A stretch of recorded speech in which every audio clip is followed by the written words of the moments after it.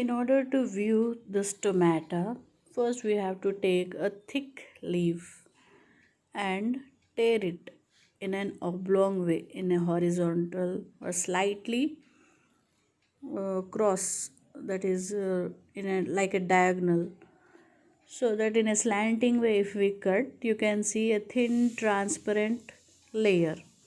That layer has to be taken and it has to be kept on a slide, and add a drop of water or glycerin, and with the help of a needle cover it with a cover slip and observe under the microscope. Then we can find the stomata, which is appearing in this way. Exact view of stomata under the microscope shows this view. You can see two bean shaped cells which are opening and closing.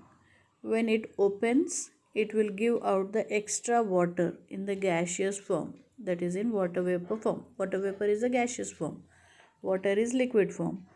So by the opening and closing of stomata, exchange of gases take place. One gas is water vapor. In the same way, during respiration, during respiration, just like any other organism, oxygen will be required, and that also will enter into the leaf by the opening of the stomata, and extra carbon dioxide will come out when the stomata is open. In the same way, during photosynthesis, plants take in carbon dioxide and give out oxygen. That also occurs because of stomata, because of the opening and closing of guard cells of stomata. So this is the diagrammatic representation of stomata. In the first diagram we can see a central stoma or opening or a hole like structure. This is called as stomatal spore. Just that bean shaped cells are called as guard cells. Kidney shaped cells are called as guard cells. Guard cell will have a chloroplast and a vacuole, and also the inner thick wall is present, and then a nucleus is present in that. And surrounding these guard cells you can see the other cells of the leaf. Then second diagram is the stomata in closed condition. The stoma which is in closed condition. Two guard cells will come close and then won't be any stomatal pore or hole in the center. So when the plant doesn't require any exchange of gases, or when it doesn't have extra water to eliminate out, it doesn't perform transpiration. Only when it wants to leave out the extra water, at that time the stomata will open and it will leave out the extra water by a process which is called as transpiration. The 13th question in your textbook in ninth lesson is collect the leaves of various plants, prepare a herbarium. Herbarium means what? Herbarium means taking the leaves of different varieties of plants, flowers, leaves, or a small stem portion along with leaves and flowers, and keeping it in very thick book or in a book and putting some weight on it. So if we keep it and preserve it in that way, it will get dried and it will become flat, and we can keep it for many more days. So this is called as making the herbarium.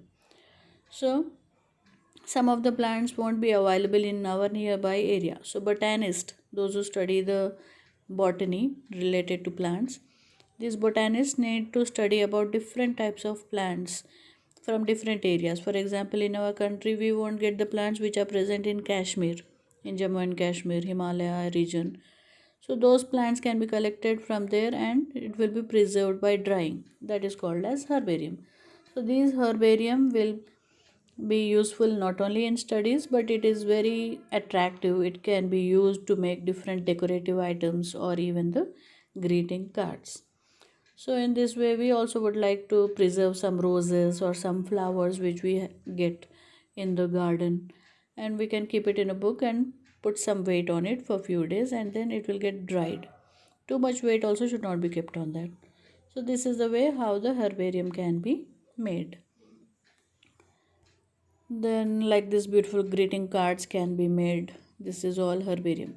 In Warangal there is one cottage industry in which the banyan leaves or people leaves will be taken and it will be dried thoroughly, and on that beautiful paintings will be made. So this is an artistic work which is done in a cottage industry which is present in Warangal. So in this way, various traditional and mythological figures are drawn on the paper with beautiful colors, bright colors on the dried leaves, not paper, on the dried leaves.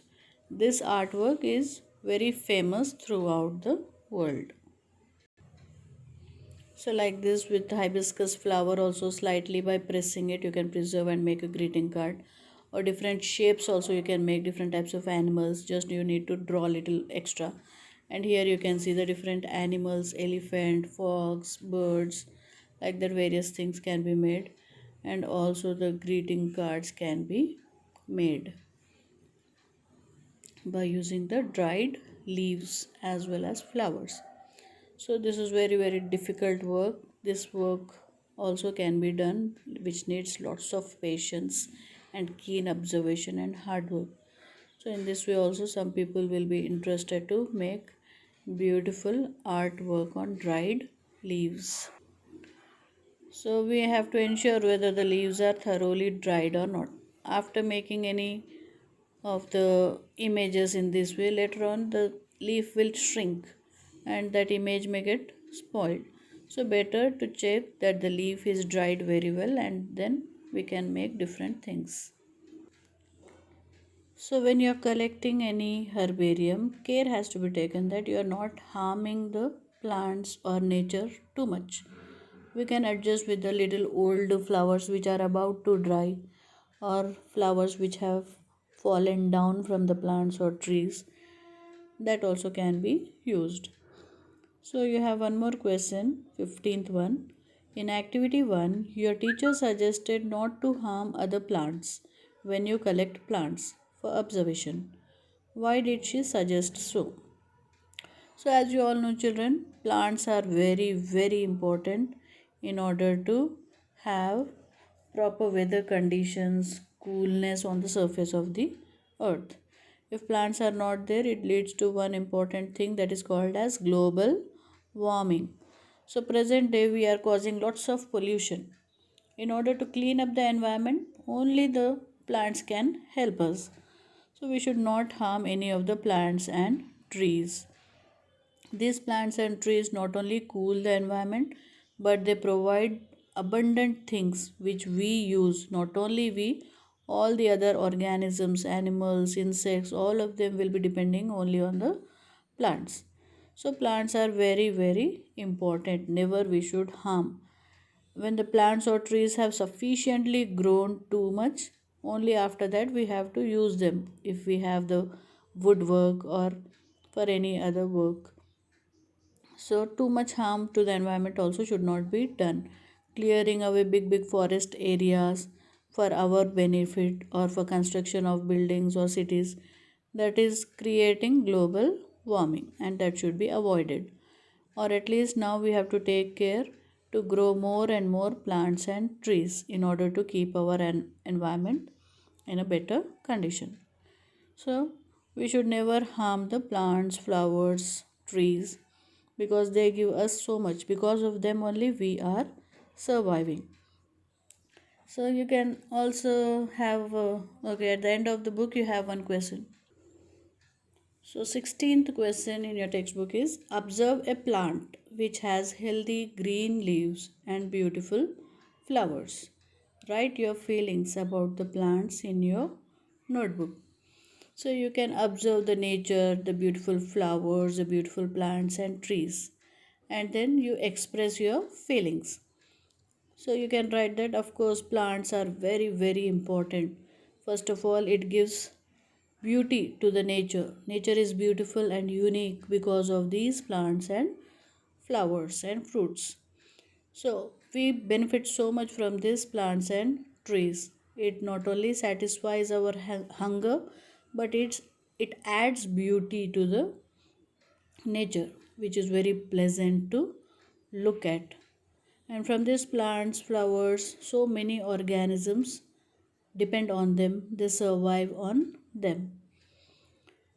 If we observe each and every flower, though it is a wild flower, it is so beautiful. We can't even create or make a single flower with our hands.